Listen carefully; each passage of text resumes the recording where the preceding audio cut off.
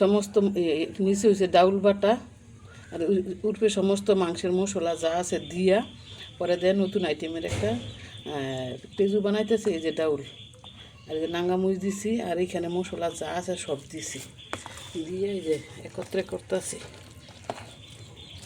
এবার যা মশলা ছিল সব ফেলে দিব। এবার কাঁচা পিসেও দিছি আর নাঙ্গামুচ দিলাম আর সমস্ত মশলা যা আছে একসাথে মিশ্রিত করে নিলাম। এখন এটা বিকালবেলা নাস্তা।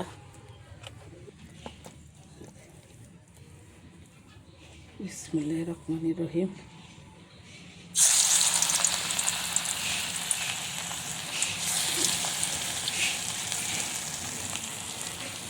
মশলা বাইরে দিচ্ছি সমস্ত মশলা অন্যরকম করে বানাইতেছি।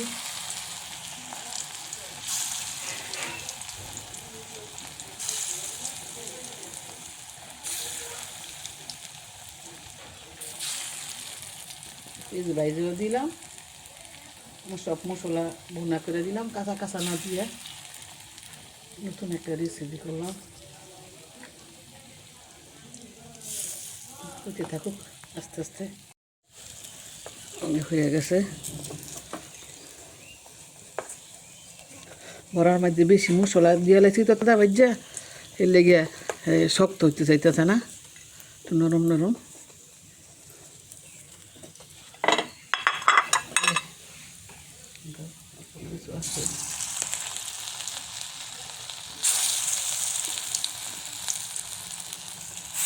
এটার মধ্যে তেল আছে তো এর লেগে একটু শক্ত কম হয়েছে।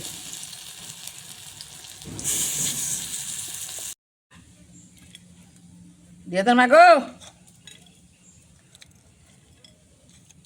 নাস্তাটা খাই লই বিকালের। নাও খাও লো। ও অনেক শেষ হয়েছে না? তেল পেঁয়াজ আদা রসুন সব একসাথে তেলও বাইজা পরে মশমশা করে একটা গোস্তের মাংসের মতো বুনা করে পরে ডাইল বাটার মধ্যে একসাথে দিয়ে মিশ্রিত কইরা পরে আপনারা বানায় খাই দেখেন এত টেস্ট। আমি এটা আনকমন বানাইছি, আমি বুঝতে পারি নাই এত টেস্ট হইব যে। ইনশাল্লাহ অনেক টেস্ট হয়েছে বিকালকার নাস্তাটা। সুন্দর একটা জিনিস দেখেন, এটা হচ্ছে আমার শাশুড়ির এর ভাইয়ের ছেলে। এই যে বাসা কি সুন্দর করে দেখেন, আমার বাবা লাগাইছে। দেখেন এই যে কবুতর, মাশাআল্লাহ বলবেন সবাই। দেখেন এটা আগে এরকম দিয়ে খোলা মেলা ছিল। কুটু কুটু, এই যে দেখো কুটু কুটু, এই যে দেখেন কি সুন্দর। আর এই যে দেখেন এই যে দুজন ডিম তাও দিচ্ছে। হ্যাঁ ডিম তাও দিচ্ছে, দেখেন দুজন মিল্লা সেই সুন্দর। আর দেখেন আরো দুজনে দিচ্ছে, এই যে